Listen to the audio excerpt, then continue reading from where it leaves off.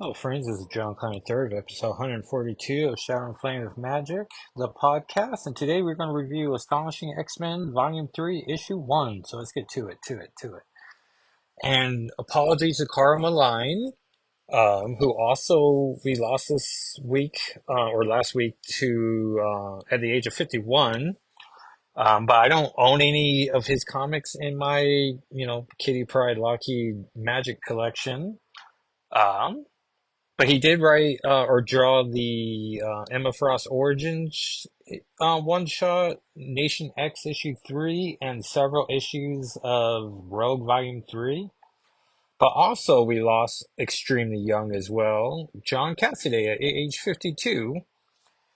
And so, and thanks to his Astonishing X-Men run, I got plenty of issues of his. So, we are going to memorialize him. Um, Coincidentally, Moline and Cassidy are both Josh Whedon um fame artists, with Cara Malign doing co-creating Frey with Whedon. So yeah, I don't follow Whedon, so I don't know if he ever commented or said any nice words online, um but yes. So Astonishing X-Men Volume 3 Issue 1 came out in July 2004. So that does not feel like 20 years ago, but I guess 20 years ago feels like the Jim Lee, Chris Claremont X-Men 1.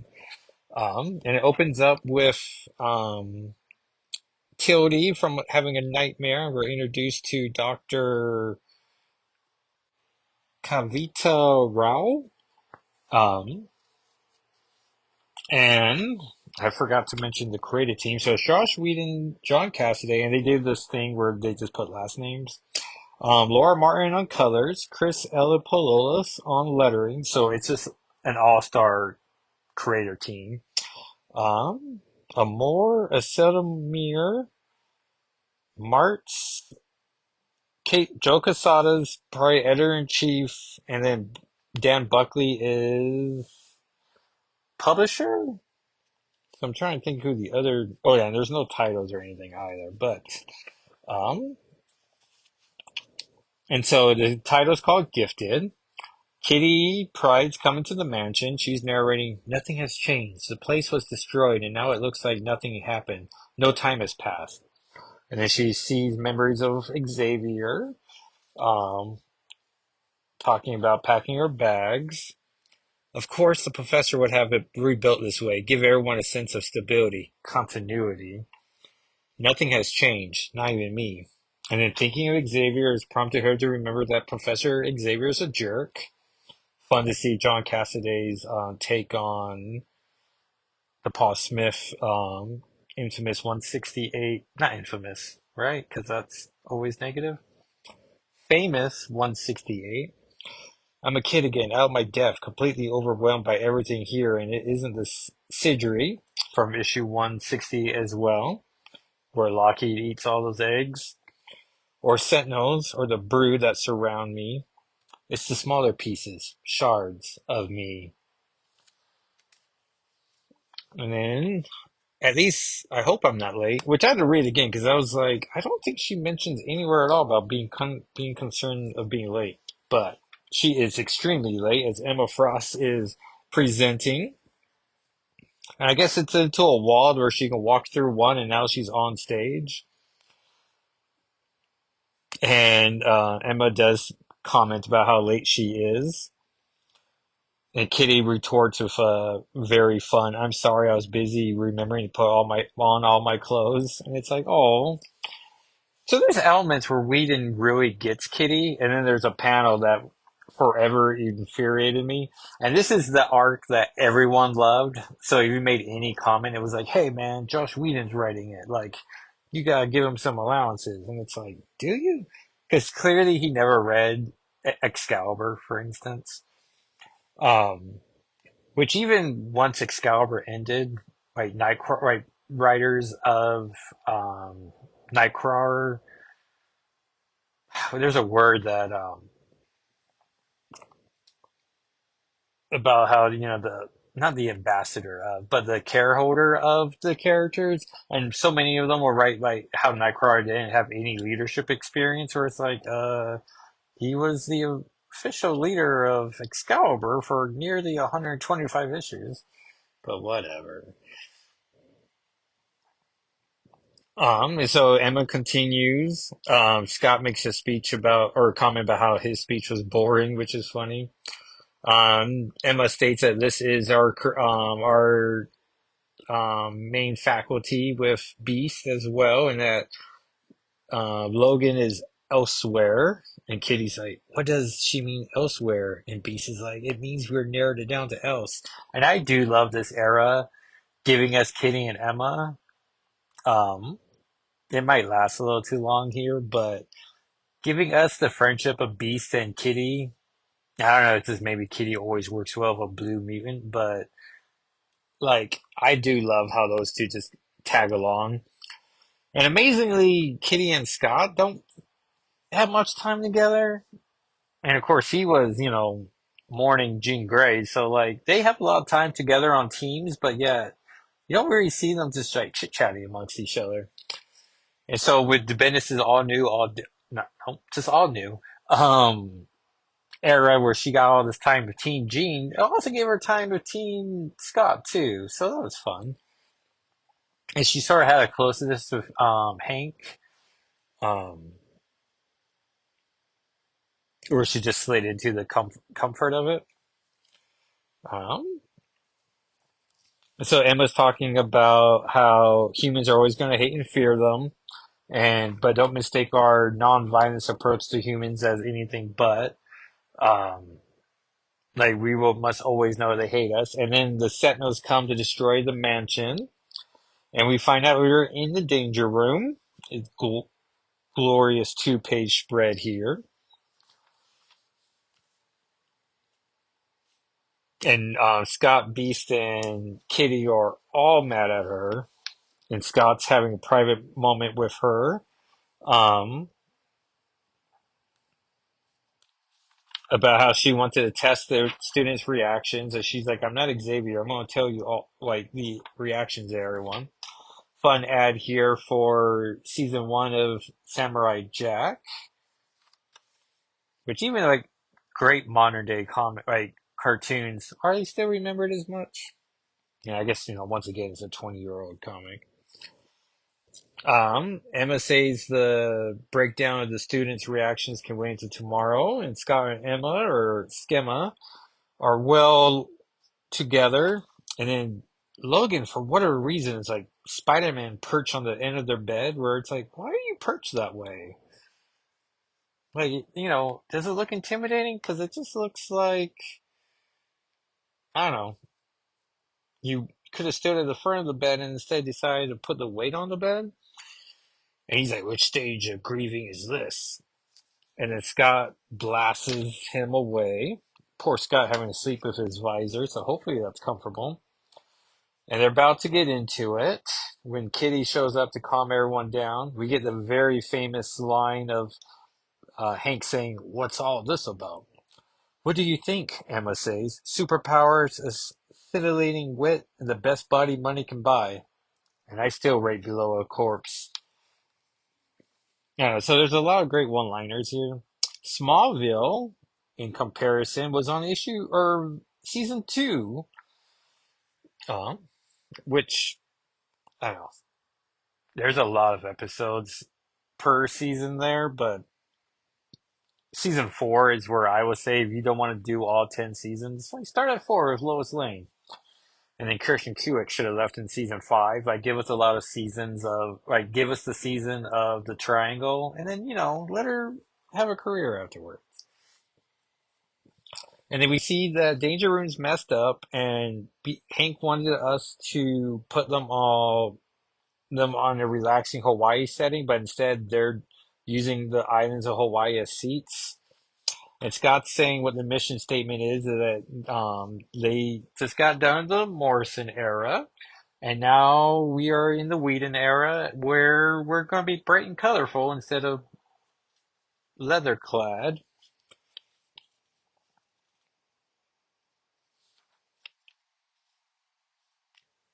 And Kitty's a little distracted of having how she has cloud hair, and Logan's not looking forward to wearing costumes.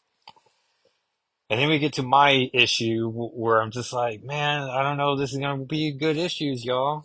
Because I think at first we had waiting for a year, and then he was having such a good time that he was like, let's do two, which is very weird in retrospect because it's like you would have ended on the Danger arc. I'm like, all right. And Kitty's, oh, and Scott's like, and quite frankly, all the black letters making people nervous. And then Kitty raises her hand. Okay, I officially really don't know why I'm here. I'm not a fighter, not like you guys. Where it's like, she's literally Shadowcat of the X-Men, ninja trained by Olgan, and then had that training a little disappeared, and then Logan trained her to be a ninja. And she fights people all the time, in a ways. Because I want to say it was Excalibur, and then she had the 35th anniversary era of X-Men that I adored. And then she went to Extreme X-Men for some guest appearances, and we went to college. Her father died in Genosha. But, you know, she was just with Logan in Extreme X-Men by beating people there too. I don't know. And Logan's like, you've been in it plenty, kid. I'll take you at my back any day. And so he's talking about how everyone has a place in the team. Hank's accurate as anything, but what people see mostly is well a beast. Emma's a former villain. Logan's a thug, born and bred. And me, I can lead a team. I haven't looked anyone in the eye since I was 15. Which in my head, team and 15 rhymes. Team 15?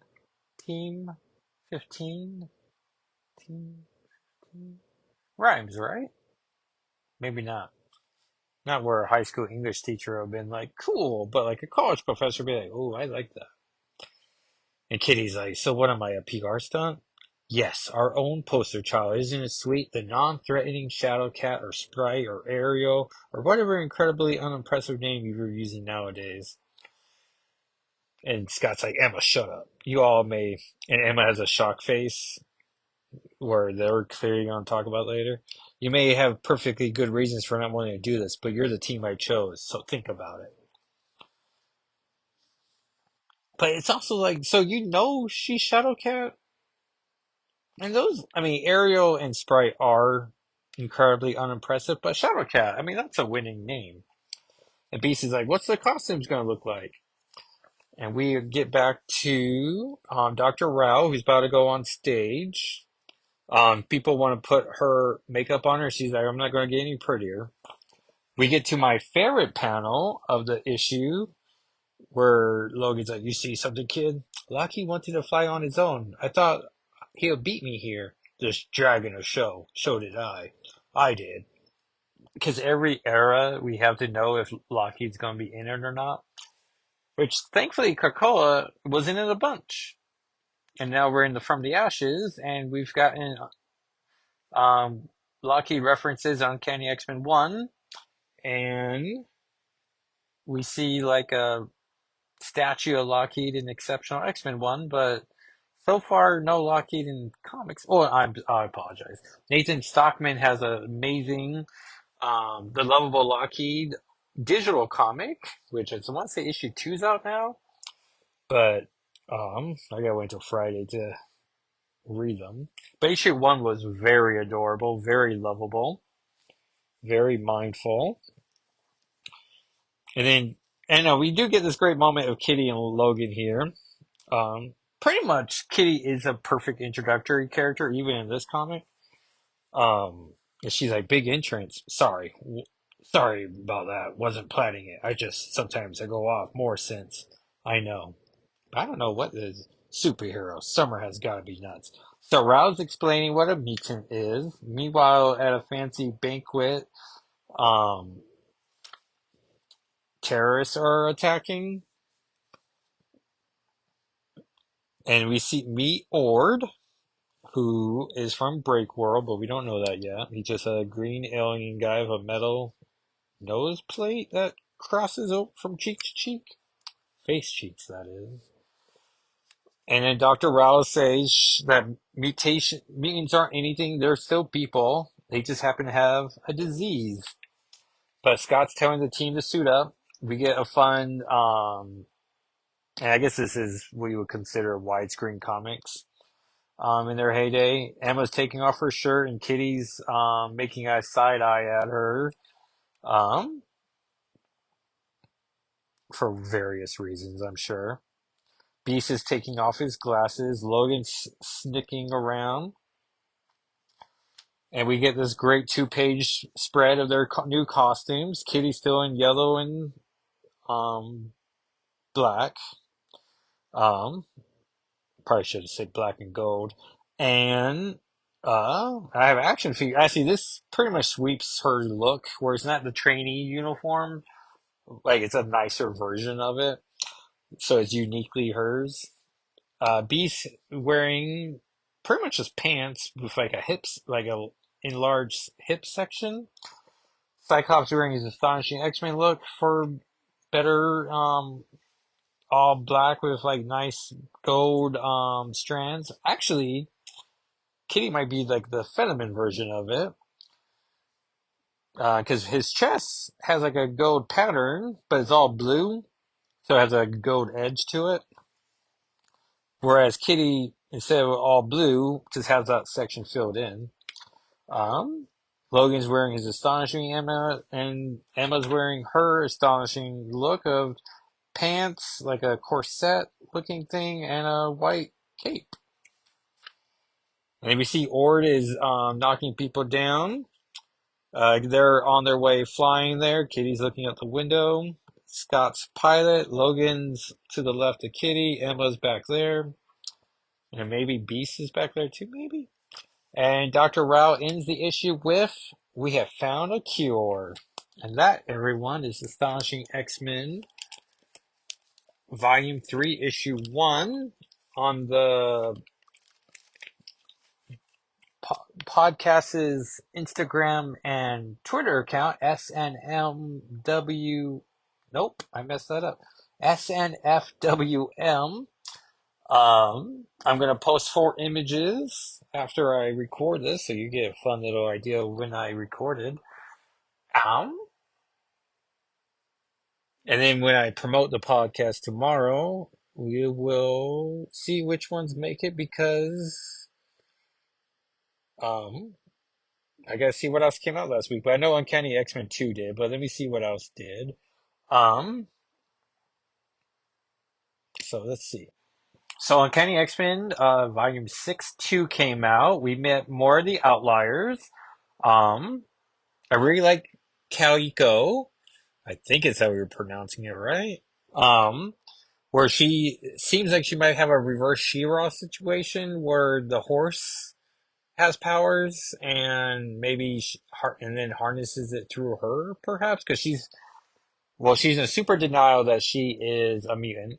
Um, and I like the idea of "I'm a deaf dream," and as he fights, because they all sort of pick a fight with the X-Men naturally, and as one does, and he can see all the people Logan killed, which I think would be a fun idea if he meets Kitty Pryde and see all the people she's had to kill over the time, like one brood person, not person, one brood being, and a bunch of Orcus guys. And I want to say she had to kill someone in Excalibur too, right? Yeah. So it's not a big death kill count, like, but you know, like at least 9 Orcus members for sure, like on panel. Oh no, and then there's that issue where she fought Firestar, so she's at least killed, I bet, 15 of them. Enough to be super sad about, but it was during wartime. Anyway, so that'd be a fun thing. I know the internet seems to really like Ransom and Jitter. Is there 4 of them? Let's see. Let's see that cover again. One on the horse, 2 on the sides, fighting rogue. Yeah, so that's everyone. Um, Issue opens up with Xavier having another unbeknown to us girlfriend, Sarah. who climbs him at Oxford, and then climbs him to grab a frisbee, and then goes, "Hey, custom around here is if a girl climbs up on you, you should take her out for a tea." And then the issue ends with the big Skeletor Wendigo type of looking creature is named Sarah as well. So it's like, or is that Sarah? Which goes to my idea of Kaliko family has a history with mutants that they don't appreciate, and that's why they're making her hate mutants.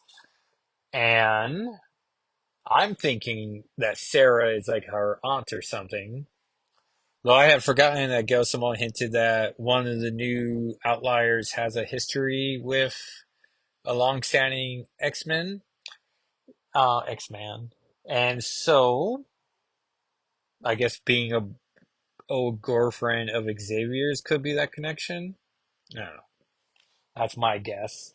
We get to see a panel of Rogue and Cyclops talking that we saw in X-Men Volume 7-3, um, where Scott's telling her to stand down.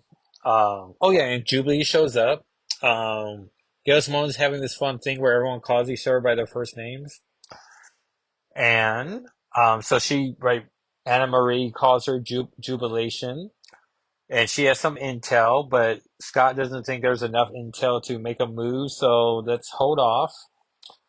And, but Anna Marie's not loving that idea. We get some flirtation with Anna Marie and Remy that I'm really liking. I don't know, appreciate Remy like I haven't since X-Men 97, where I'm like, all right, but before then, I mean, he's Mr. Rogue to me, and that's enough, right? What else came out? Venom War Wolverine, which for whatever reason is never ending. But also we got Wolverine. I forget what volume it is. Volume 8? Yeah, I think it's volume 8, issue 1, which I was like, all right. Saber, that guy with the long, Omega Red coils, but he's not. I guess he's available when Omega Red isn't. For whatever reason, Omega Red isn't. Well, I think Omega Red had a bit of a hero turn during Krakoa, right? Anyways. Anyway, so it's Wolverine in the snow, fighting dudes, cutting people up. But what got me interested is that as his co-star was Nightcrawler. And I do love me some Nightcrawler and Wolverine.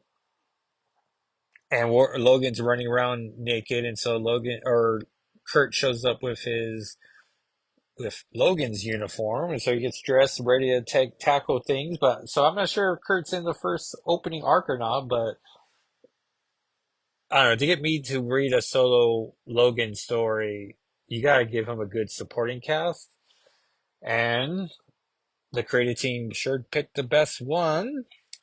And so let's see what comes out this week. I know comics came out last week on September 11th, and my Twitter account was all like memorials and then comics trying to get in there. And just hashtag never forget.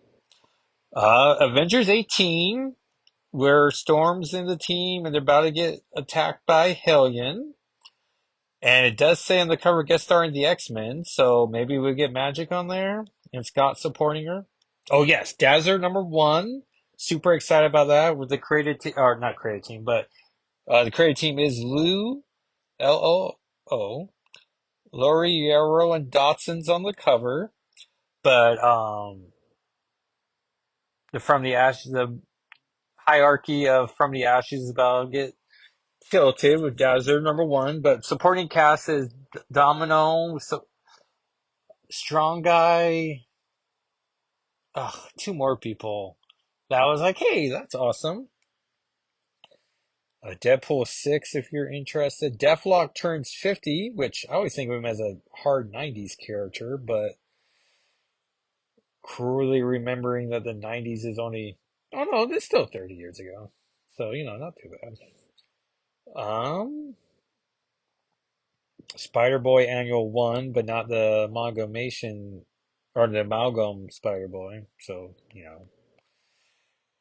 Spirits of Vengeance 1. Hey, Ultimate X-Men 7. That's going to be my favorite comic of the week. Um, though Dazzler is going to give it a run for its money. Venom War Deadpool, so, and it makes sense with the Venom movie coming out next month, which I'm hoping to buy me a back issue because I was looking at the four issues well, I guess I'll announce it here. I was going to do a Venom month, though recognizing like, well, I want to make Exceptional X-Men the title name, but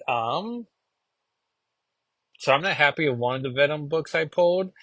So I'm hoping on Friday to buy a back issue and let you know. You can look at TikTok at Jacko SII for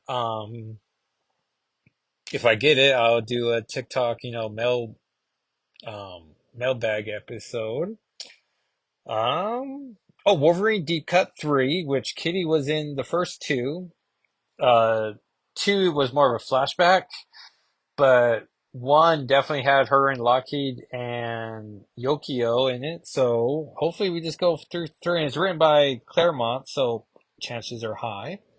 X Factor 2. Oh man, it's a heavy X week. X Factor 2, which all the issues improved with their second issues.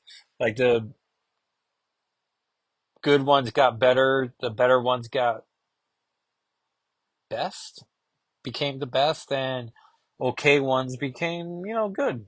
So we see if X Factor has, Polaris is on the cover, attacking the team. So, you know, that's happening. And then X-Men 4 with Juggernaut on the cover. So hopefully we see, oh, I see a person's thumb. So it's clearly a, iPhone of Juggernaut coming at them. So let's see here. What am I excited about? Let's rank these things. Avengers, Dazzler, Ultimate X-Men, Wolverine Deep Cut. Okay, so let's go Ultimate X-Men 7, X-Men 4, Wolverine Deep Cut 3, potentially. Uh, Dazzler 1, Avengers 18, and then X Factor 2. But most likely X-Men 4 is going to be the title of the episode. So that, everyone, let's see here. I feel like, yeah, so you go to YouTube, Jackal's III for my YouTube content. I finished my Stumble Guys Battle Pass, but didn't, or Stumble Pass, but didn't, I didn't buy it. Though I'm pretty sure if I get a spare $10, I would love to just buy the Stumble Pass and be that much closer to the platinum. But also, I'm okay not doing it. And the only reason I even did it last season was because Pac-Man was in it, and I like my Pac-Man. And too bad there wasn't Miss Pac-Man, because I'm definitely a bigger Miss Pac-Man fan. Uh, but I'm 3 levels away from unlocking the tan Pilverine suit, so you'll see another video about that for victory there. And I got wins as Laura Croft and Helen Ripley in Dead by Daylight, which I think the Laura Croft video is a lot more fun to watch. I finally crawled through a hatch. Got me 2 trophies, so I no longer need to keep trying to taunt the cure to knock me down. So then I could crawl through the gate, like mission accomplished. Um, and then Twitter, Jacko SII, which let me see what I got coming up this week. Oh no, I already know. I'm continuing my coverage of Avengers versus X-Men, and so that should follow account to see some of those throwback issues. And thank you everyone so much for listening. And I'll talk at you next time. Oh, and if you can ask a friend to subscribe and listen, try and get those numbers up. And if you want to be on the podcast, take a person who wants to reach out, slide into those DMs. And I tested it with Walker, and I think I can do it. So it worked that one time. And if you have a podcast and you want me on there, I'm always happy to talk about Kitty Pride, Lockheed, and Magic, because that's what I do. All right, everyone. Bye.